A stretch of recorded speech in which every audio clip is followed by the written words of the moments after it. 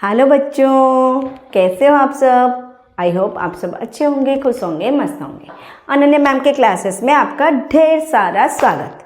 बच्चों, आज मैं आप लोगों के क्लास का जो पहला चैप्टर है, क्लास 10 का पहला चैप्टर अनमोल वाणी कबीरदास, ठीक है, कबीर के बारे में आज हम पढ़ेंगे। ठीक है बच्चों, तो इसका उड़िया में भी एक्सप्लेनेशन मैं समझा दूंगी बहुत अच्छे से, हिंदी में भी बता दूंगी, उड़िया में बता दूंगी। लेकिन मैं नहीं चाहती कि तुम लोग उड़िया में समझो, क्योंकि अगर हिंदी क्लास में पढ़ रहे हो तो हिंदी में आना चाहिए ना आप लोगों को अच्छे से, प्रोनाउंसिएशन भी अच्छी होनी चाहिए। और नहीं तो कैसे पता चलेगा कि तुम लोग हिंदी के बच्चे हो। तो हिंदी अगर सब्जेक्ट तुम लोग पढ़ रहे हो तो हिंदी का प्रोनाउंसिएशन, हिंदी में अच्छे से बातचीत करना, ये सब आप लोगों को आना चाहिए। फिर भी अगर कोई डाउट रह जाए रह जाए तो कोई बात नहीं, मैं समझा दूंगी। लेकिन मैं इसका उड़िया एक्सप्लेनेशन भी बोलूँगी और हिंदी का भी बोलूँगी। ठीक है, तो चलिए स्टार्ट करते हैं। कबीरदास, पहले हम कवि परिचय पढ़ लेते हैं। ओके, कबीरदास का जन्म सन 1398 में काशी में हुआ था। कहाँ हुआ था उनका जन्म? काशी में हुआ था। और कब हुआ था ना? 1398 को हुआ था। कहा जाता है कि वो एक तालाब के किनारे मिले थे। एक तालाब के किनारे उनके माँ बाप ने उनको, जब वो पैदा हुए, उनके माँ बाप ने उनको छोड़कर चले गए, फेंक कर चले गए। ठीक है, और क्या ना वो उनको जिन्होंने पाया, उनको एक तालाब जानते हो कि नहीं, पोखरी कूଳରେ तांको से पाई थिले कि ना एक जुल्हा दंपति ने उनका पालन, जुल्हा मतलब जो दर्जी का काम करते हैं, ठीक है, जुल्हा मतलब जो दर्जी का काम करते हैं, उन्होंने उनको पाया। नीरू नीमा नामक दो मतलब पति पत्नी थे। इन्होंने उनको उठाकर वहाँ से लेकर आए और उनका पालन पोषण किया। वे कपड़े बुनने का काम करते थे। मैंने बोला ना कि वो दर्जी का काम करते थे। ज़्यादा पढ़े लिखे नहीं थे, लेकिन बड़े ही अनुभवी थे। ये कबीरदास जो है वो बहुत पढ़े लिखे तो नहीं थे, लेकिन बहुत ही अनुभवी इंसान थे। मतलब दुनिया को देखकर, समाज में क्या सब हो रहा है उसको देखकर वो बहुत कुछ समझ जाते थे। ठीक है, बुद्धि विवेक से काम लेते थे। कोई भी काम हो वो विचार पूर्वक करते थे, बुद्धि और विवेक से काम लेते थे। बहुत बातें जानते थे, बहुत कथा से जानी थिले। वे सभी धर्मों को बराबर मानते थे। से कहते सबु धर्म मो नजरे सबु धर्म समान। वे ईश्वर के निर्गुण निराकार रूप को, जिनका निर्गुण मतलब जिनका कोई गुण न हो, जिनका कोई आकार न हो, आकार रूप विहीन ईश्वर को से मानुथिले। माने ईश्वर केवल हृदय अछंती, मन रे अछंती, जहां को भाबीदेव सी होचंती ईश्वर, सी कोनोसी मूर्ति रे आबद्ध नहंती बोली कबीरदास कहूथिले। ठीक अछि, जेमति कि आमे देखुचे ये होचंती शिव ठाकुर, ये होचंती राम ठाकुर, ये होचंती कृष्ण ठाकुर, किंतु से कहते जे भगवान केवल शून्य रे अछंती, माने निजर आत्मा रे अछंती, कोनोसी रूप रे आमे तांको रूपरेख देई परिबा नाही। ठीक अछि, तो बहुत क्या वे सभी उस समय धर्म और समाज में बड़ी गड़बड़ी चल रही थी। वो जो दौर था, वो जो समय था, उसमें धर्म और समाज में बहुत सारी विसंगतियाँ थी। मतलब एक दूसरे के साथ लोग धर्म के नाम पर लड़ते थे, लड़ाई झगड़ा चलती थी। ठीक है, समझ में आया कि नहीं? समस्ते परस्पर सहित धर्म नारे परस्पर सहित झगड़ा झटी लड़ा डड़ी चलुले। बहुत प्रकार अंधविश्वास और कुसंस्कार से समय भरी पड़ी रही थी। कबीर ने अपनी वाणी से उसे दूर करने का, कबीर के जो वाणी है इतना पावरफुल वो उनके वाणी थे, उन्होंने अपनी वाणियों के माध्यम से इसको दूर करने का प्रयत्न उन्होंने किया, चेष्टा की। उन्होंने से चेष्टा कले जे केमती निजर वाणी माध्यम से लोकों मन ये सब भ्रांत धारणा को दूर करी पारिबे। ठीक है, विभिन्न धर्मों के अनुयायी लोगों में जाति पांत ऊंच नीच का भेदभाव भी था। जाति में लड़ते थे, ऊंच नीच का भेदभाव, छोटा बड़ा जाति के नाम पर, धर्म के नाम पर, सब छोटे बड़े ये सब की लड़ाई उस दौर चलती थी। विभिन्न धर्मों के अनुयायी आपस में झगड़ते थे। किए को बुद्ध धर्म, किए सिख धर्म, किए जैन धर्म, एम कौन करते ना मो धर्म बड़, सी कहला मो धर्म बड़। तो एमती परस्पर भितर से कौन करते ना झगड़ा लागू थिले। ठीक अच्छे, बाह्य आडंबर अंधविश्वास फैल गया था। खाली दिखावा, कोई भी चीज हो उसमें दिखावे के लिए होता था। पूजा पाठ के बदले दिखावे को ज्यादा महत्व दिया जाता था। खाली ढोंग माने पूजा कर सी कहते जे आंतरिक भाव में भगवान को आम आराधना करवा उचित। आउ सब जो तीर्थ व्रत पूजा पाठ ये सब केवल देखावा, लोकों को देखई हबार गोटे माध्यम, से आंतरिक सुख नाई कि भगवान से मिलती ना बोली किए कहते फिले कबीरदास कहूथिले। ठीक अच्छे से कौन करते ना वे बाहरी धार्मिक कर्मकांड की अपेक्षा भक्ति भाव पर बल देते थे कि भक्ति सबुठ गुरुत्वपूर्ण बाहरी जो दिखाबार जो काम होची पूजा व्रत तीर्थ धूप आरती करवा मंदिर बसवा एसबू को से बहुत ही विरोध करुले। वे तीर्थ व्रत जप तप मूर्ति पूजा आदि बाहरी कांड के सच्चे दिल से भगवान की भक्ति करने को कहते थे। वो कहते थे कि यही सब दिखावा परिवर्ते जदि तुम सच्चा हृदय माने पूरा निष्ठार सहित तुम भगवान को आराधना करिवो ताले भगवान तुमको निश्चय प्राप्ति हेबे। ए सब लोक देखणिया जिनस रे भगवान नाहंती बोली किए कहते पिले कबीर दास कहते। ठीक अच्छे वे सदाचार सच्चाई भाईचारा धार्मिक सहिष्णुता का प्रचार करते थे। सदाचार हमारे अंदर इंसान के अंदर सदाचार होना चाहिए, भाईचारा होनी चाहिए। जड़े भल मनीष हो विवेकी दयावान बुद्धिमान आ अन्यर उपकार करथिबा लोक अन्यर धर्म को सबु धर्म को समान नजर देखुथिबो तो एभली मानसिकतार लोक हबा पई से परामर्श दउथिले जे ए सब जो छोट नीच भावनार ऊपर उठी तमे एई सब मोहनीय मनीष पाखरे जो महान गुण रहिबा कथा से सब गुण मनुष्य निज भितर डेवलप करू एक कथा से लोक मानक शिक्षा दउथिले।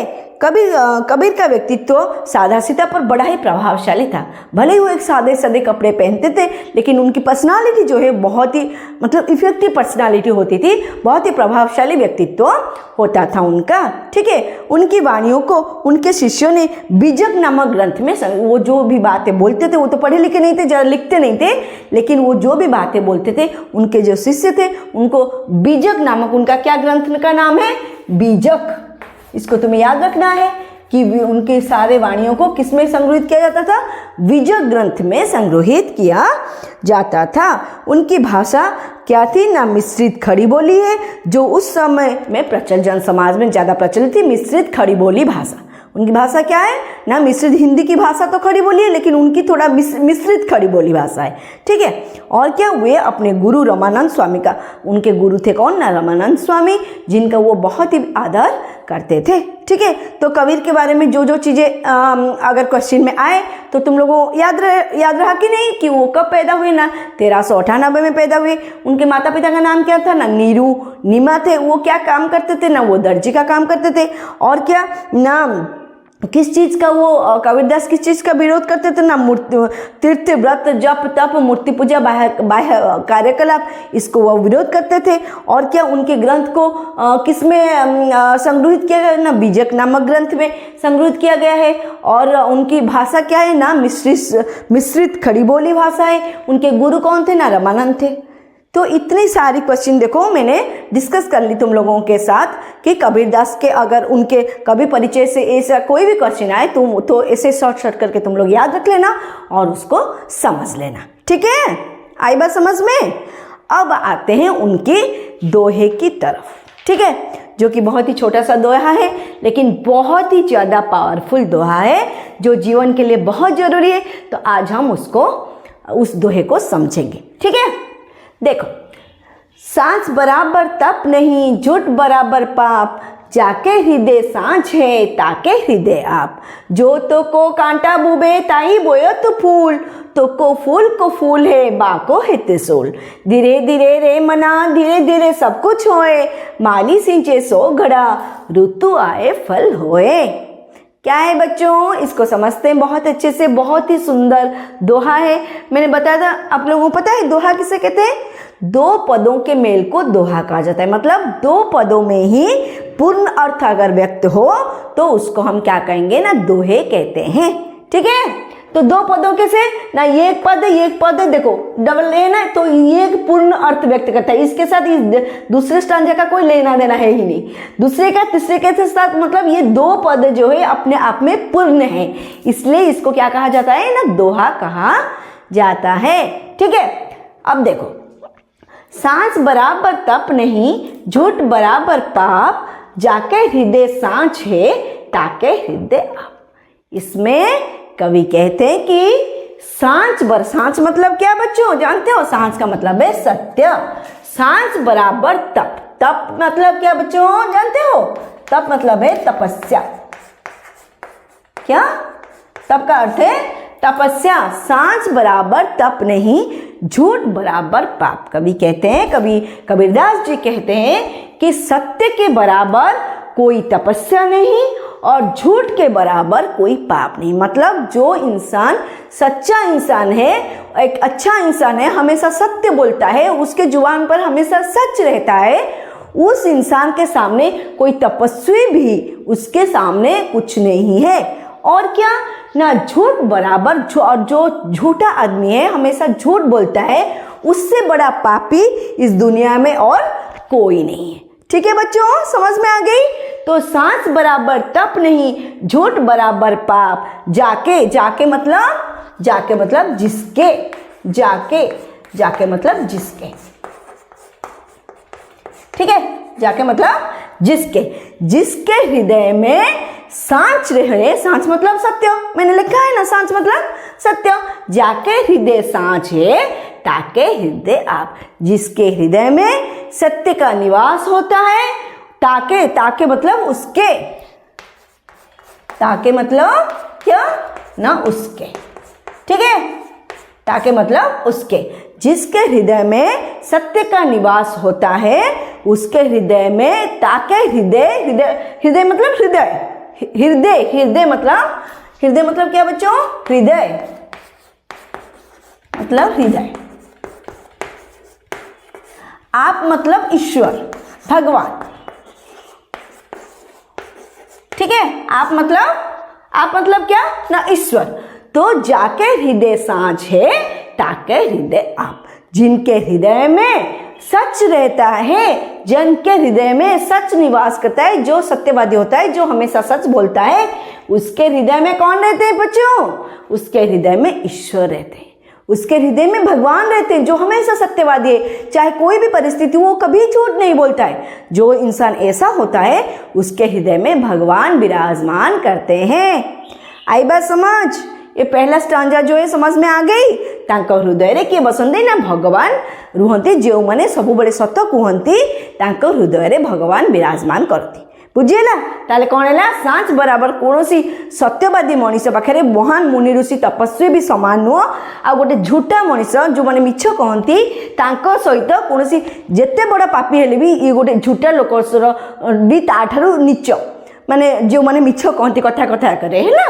आउ कौन?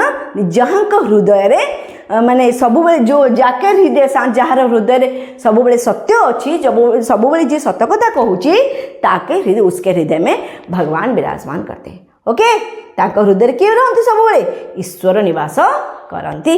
हो गया। दूसरे स्टांजा देखो। जो तोको कांटा बुबे ताही बोए तो तोको फूल को फूल है बाको है त्रिशूल। ये भी बहुत ही सुंदर कविता है बच्चों। जो तोको मतलब तुझको,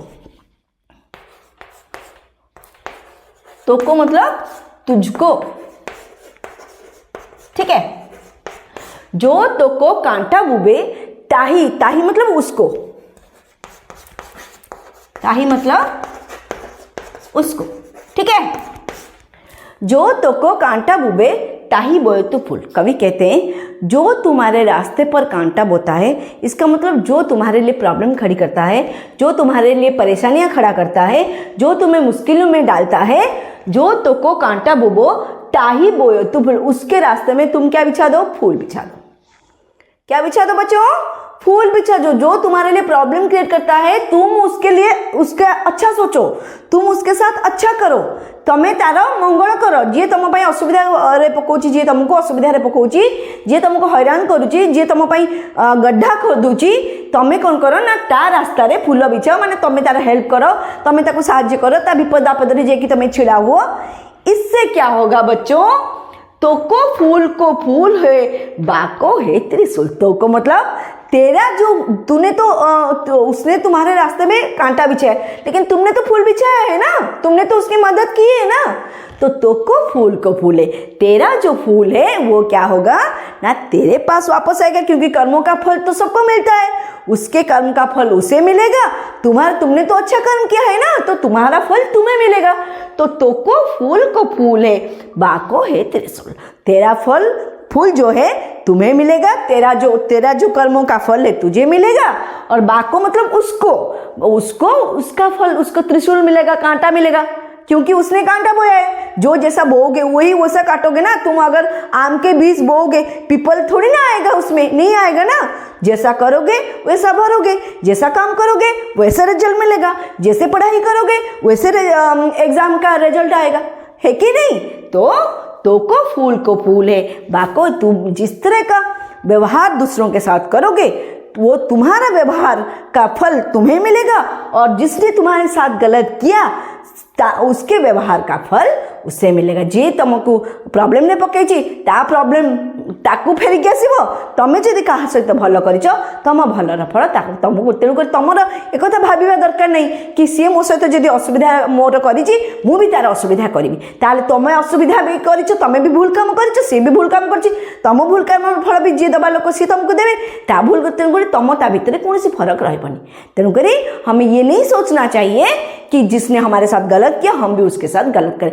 गलत उसके कर्मों का फल देने वाला बैठा है, वो देगा, तुम्हें टेंशन लेने की जरूरत नहीं है। तुम बस अपने अच्छे काम करते जाओ, ठीक है। हम उनकी अच्छाई, वो अगर हमारी अच्छाई को देखकर नहीं अच्छा नहीं बन रहा है, उसकी बुराई को देखो हम क्यों बुरा बने, है कि नहीं।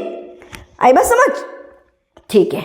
उसके बाद क्या बच्चों, लास्ट स्टांजा, धीरे धीरे रे मना, धीरे सब कुछ होए, माली सिंचे सो घड़ा, ऋतु आए फल होए। इसमें क्या है बच्चों कि कवि कहते हैं धीरे धीरे रे मना, धीरे सब कुछ होए। जे रे मनुष्य, रे मन, तू हर बात के लिए इतना विचलित क्यों होता है, परेशान क्यों होता है। कोई भी काम आराम से होता है, धीरे धीरे होता है। अगर आज आपने क्लास 10 की पढ़ाई, मतलब अभी तो जुलाई चल रहा है, मतलब जून है, तो अभी तो आपने क्लास में एंट्री की है, तो आज अगर पढ़ोगे कल एग्जाम दोगे क्या, परसों रिजल्ट आएगा क्या। अभी तो 1 साल पढ़ाई करनी है, उसके बाद जाके कंटिन्यू अपनी मेहनत जो है वो जारी रखनी है, पढ़नी है। उसके बाद जब 10th का बोर्ड एग्जाम आएगा तब जाके तुम एग्जाम दोगे, उसके 2 महीने के बाद रिजल्ट आएगा ना। तो तुम अगर बोलोगे कि मैं आज पढ़ाई कल एग्जाम दे दूं परसों, ऐसा थोड़ी होता है, नहीं होगा ना, है कि नहीं। तो रे मनुष्य, रे मन, तो धीरे धीरे सब कुछ होता है। कोई भी काम तुम अगर करो तो धीरे धीरे होता है, उसका रिजल्ट समय पे मिलता है। तुम अगर सिर भी फोड़ोगे तब भी रिजल्ट नहीं आएगा। धीरे धीरे रे मना, धीरे सब हर काम जो है धीरे से होता है। माली सिंचे सो गड़ा, ऋतु आए फल। माली अगर एक आज एक बीज उन्होंने लगाया, कल को अगर 100 घड़ा पानी भी सींचे, ना ही बड़ा होगा ना ही उसमें फल आएगा।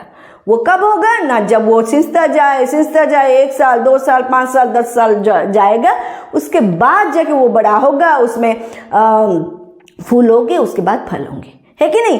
तो कोई भी काम हमें जल्दबाजी नहीं करनी चाहिए। हर काम के लिए हमें पेशेंस रखना होगा, मेहनत करनी होगी, मेहनत करती जानी होगी, तब जाके हमें क्या मिलता है ना, रिजल्ट मिलता है, ठीक है। तो कोई भी हमें धैर्य रखना, इस पंक्ति में कवि कहते हैं, कबीरदास जी कहते हैं कि रे मनुष्य, तुम्हें धैर्य के साथ काम करना चाहिए, पेशेंस रख के काम करना चाहिए, तब जाके तुम्हें सफलता जरूर मिलेगी, ठीक है बच्चों।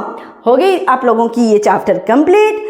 तो बच्चों मो पिला माने, मो कुनी कुनी पिला माने, जदि तुम मानक मो वीडियो पसंद आसला ताहले तमे मो चैनल को शेयर करिवो, सब्सक्राइब करिवो, बेल आइकन दबाई देबो, ताकि मु तुम सबू जाक माने कंटेंट मु तुम पढ़ेबी, माने हिंदी रो ता सहित तुम ओडिया और सोशल साइंस मध्य पढ़ेबी, है ना। तो तेणुक तुम मो चैनल को सब्सक्राइब करने को बिल्कुल भूलबनी, बेल आइकन प्रेस करने को बिल्कुल भूलबनी। आउ जदि किसी डाउट थाए ताले मते कमेंट बॉक्स रे पचारिबो, मु तार आंसर डेफिनेटली देबी, है ना। Thank you, bye bye.